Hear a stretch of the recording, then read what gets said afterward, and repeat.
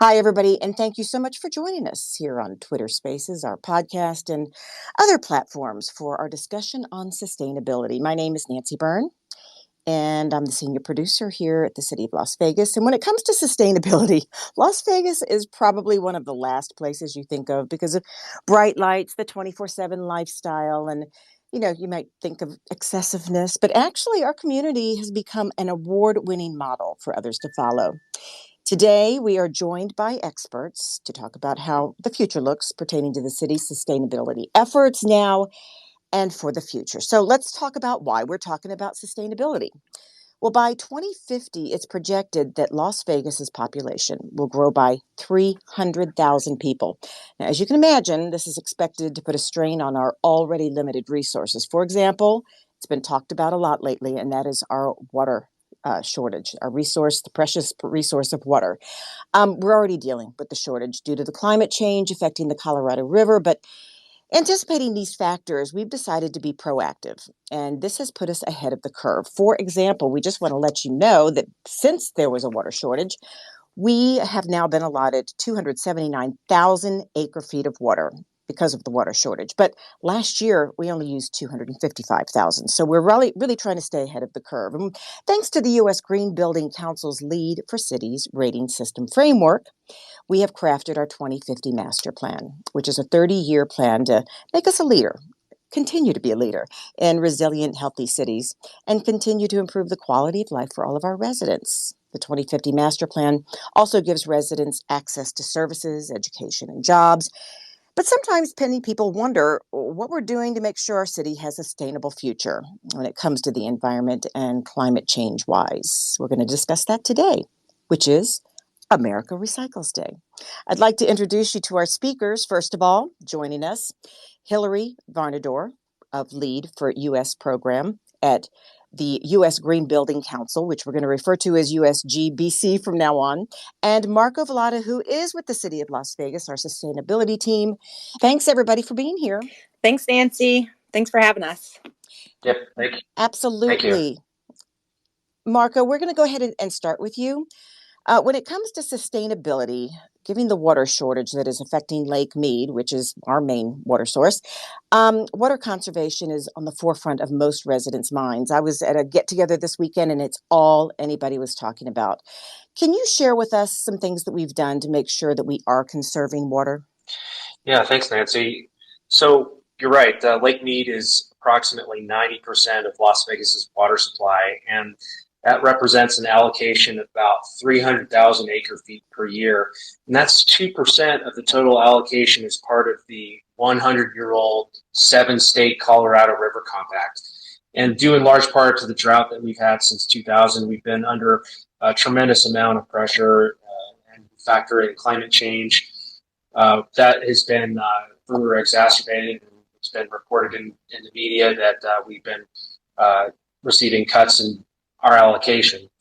So we shared in our Lead for Cities application and detailed in the 2050 master plan that our water authority, which the city is a member, has a four-pronged approach to conserving. We have tiered pricing for water use. We have time of day, day of week, and season of year water restrictions. We have a really good education and enforcement campaign, and we have incentives to help residents and businesses remove water thirsty plants and turf from their properties.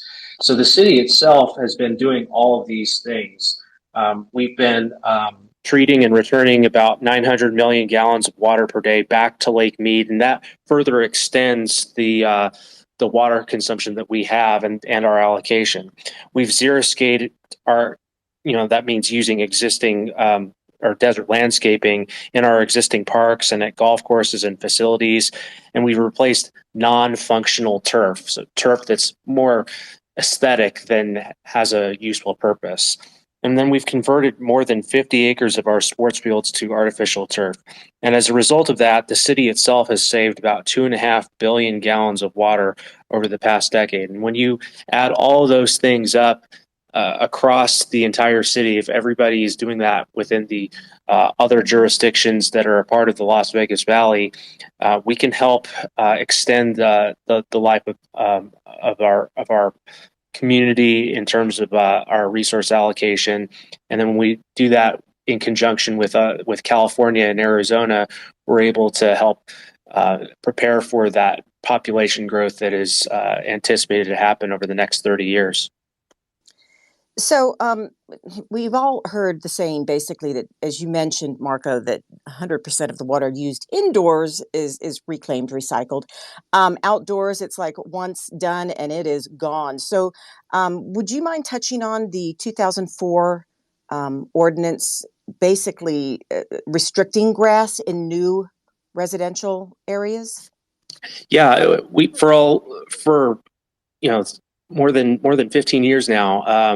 Since 2004, we have prohibited grass as part of new residential development, and all of that has helped decrease the amount of water that's been consumed in the residential sector, which is the largest sector. It isn't resorts and casinos as a lot of people might think. It's actually single family houses, and because of that ban, we've been able to still conserve water, even though we've added that population over time, while at the same time accommodating new development that's water intensive and a bit more water smart, using native and adaptive landscaping.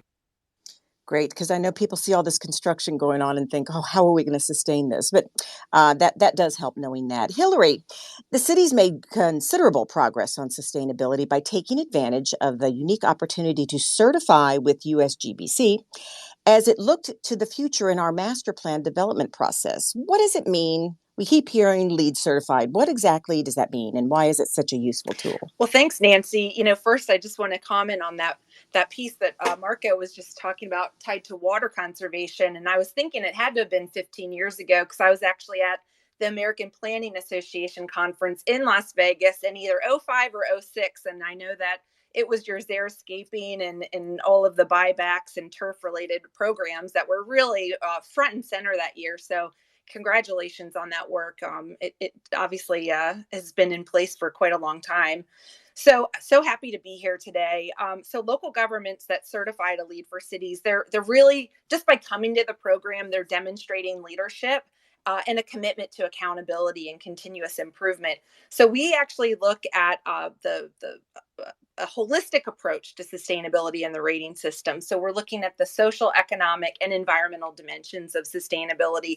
And the rating system gets into issues like water that we were just talking about, as well as natural systems, transportation, land use, water efficiency, energy and greenhouse gas emissions, materials and resources. So America Recycles Day, we definitely address both the generation of waste and then how it's diverted.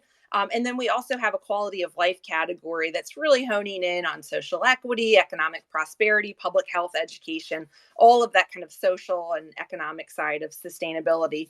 So that's the big picture. But certification, it's really providing a baseline assessment of how a city or a county is doing. So a local government will come to lead for cities really to see how they're doing in terms of strengths, weaknesses, and gaps. And then they go through the process with us, and the process results in actual information that helps you be more ready to act. So you get results with certification, and then are able to look and see what are our gaps, what are our weaker areas, and how do we prioritize investment in those areas so that we can really move the needle on change in outcomes, community scale condition changes, like progress toward carbon neutrality or community-wide renewable energy goals, this kind of big outcomes that we're working toward.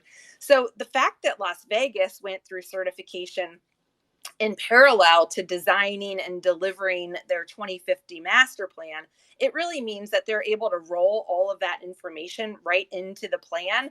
And then, as you can see, if any of you have read the master plan, which I find to be an incredibly interesting document that has so much information about the city and its future.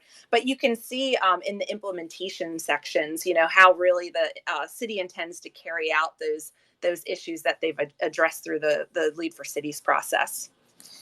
Well, it's been a wonderful guide, I'm sure, for everyone as they put together the 2050 master plan. And water is getting almost all of our attention right now because anyone who's flown into Las Vegas recently and flown over Lake Mead, we call it the bathtub ring, and it's scary. So, but there are other ways of being sustainable. So, Marco, what other ways are we shrinking our carbon footprint and conserving resources? We've kind of covered water a little bit, but maybe what are some other steps we're taking? Yeah, thanks. We've done a lot to help mitigate our overall environmental impact and our overall emissions for our community and for our municipal buildings and facilities.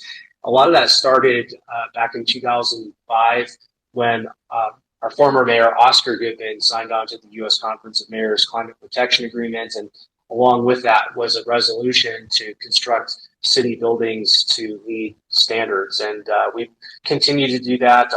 Our city hall is LEED Gold certified. We just opened a new municipal courthouse across the street that I'm looking at as we speak. That is also LEED certified earlier this year. And then, of course, taking it to that next level and looking at the entire city overhaul and seeing that and getting certified at that scale. We've led with renewable energy. We have 6 megawatts of solar at 40 facilities and at about 50,000 streetlights that have been converted over the last decade to LEDs. And 100% of our municipal electric retail load is served by renewable energy with an agreement that we have with our investor-owned utility, NV Energy. From our own emissions inventory, we know that our next largest sector in the community is transportation-based emissions. And that's really kind of a big focus in the 2050 master plan. So not only are we looking at things like electric vehicle charging infrastructure and electric vehicles in our fleet, a lot of things that have come up recently in the national discussion with the infrastructure bill and some of the other funding that has come through the state of Nevada. But we're looking at a massive transit-oriented development program as part of our plan, in which we're looking to do higher intensity, more dense development along future light rail and bus rapid transit corridors, the major arterials that run east-west and north-south through our city. And then we're continuing to monitor and track our emissions and other key metrics throughout the plan. We incorporated a lot of those outcomes from LEED for Cities directly into the plan so we can measure our progress over time. And it also helps, as Hillary mentioned, determine how to allocate resources, whether we're making an impact, and if we need to make adjustments. And that's something that we, since we just adopted the plan, that's something that we're looking forward to doing over time, and not only reporting back to USGBC, but also to our city council and members of our community. Well, Marco, as you know, anytime we do stories or anything for social media, I always like to say that Las Vegas was sustainable before that word was even cool. So I started working for the city in 2004, and we were already diversifying how we fueled our vehicles, our fleet of vehicles. So I've been impressed for a long time.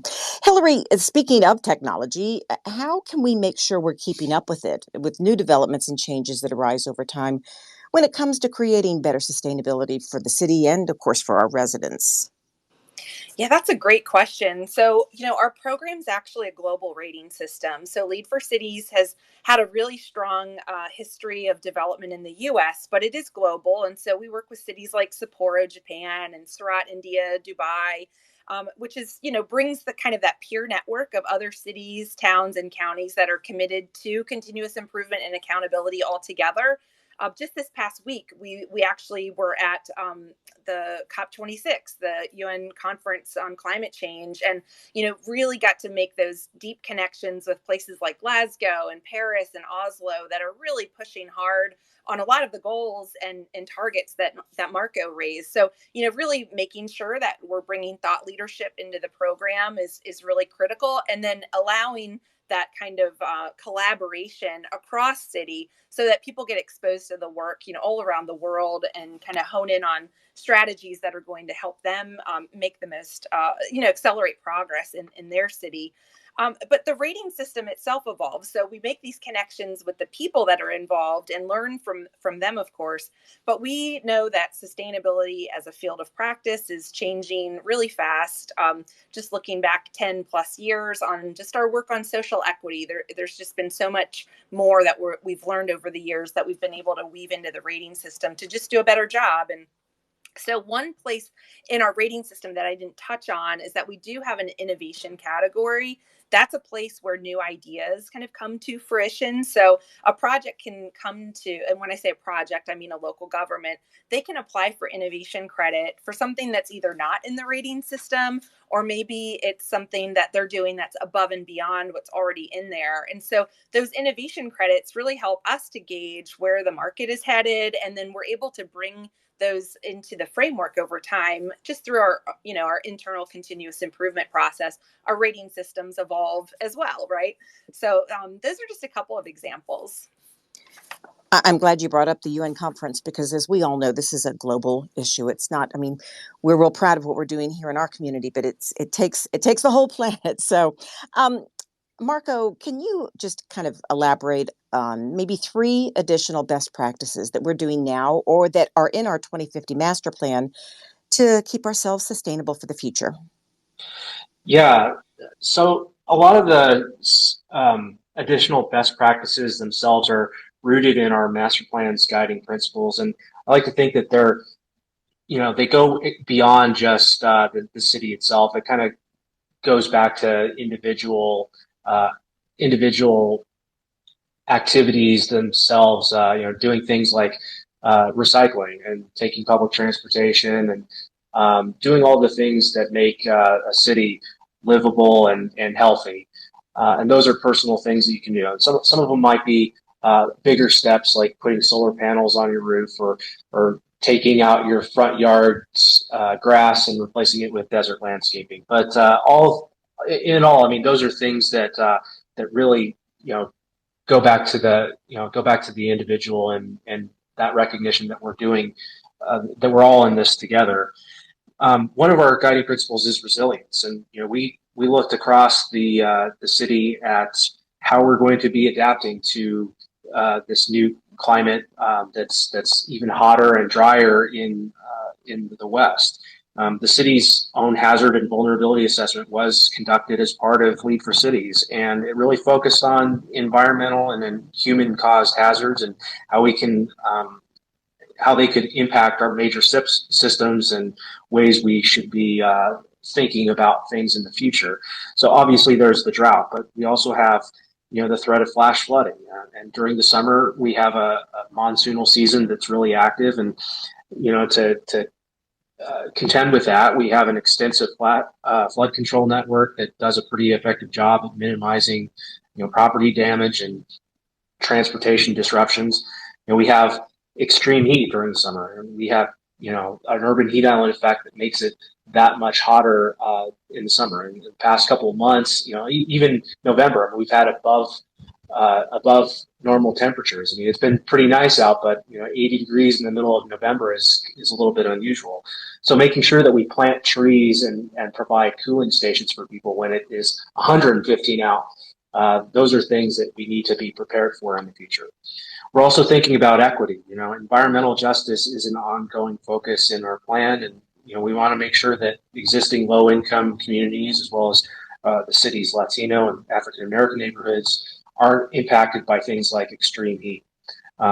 We want to make sure that infrastructure is in place for those neighborhoods, and we were able to get credit for environmental justice in League for Cities, and devote an entire specific chapter to it in our master plan. And then finally, livability, health, and innovation. Those are the 3 other guiding principles, and they all kind of come together with just those activities that we do, just day to day, and really trying to make Las Vegas a livable place, not only for people who are permanent residents here, but those future residents that are bound to move here, as well as for people who visit here from all across the world. There's a lot of good things that our resorts and casinos do in the back of the house, and when it comes to recycling or renewable energy, they really are impressive.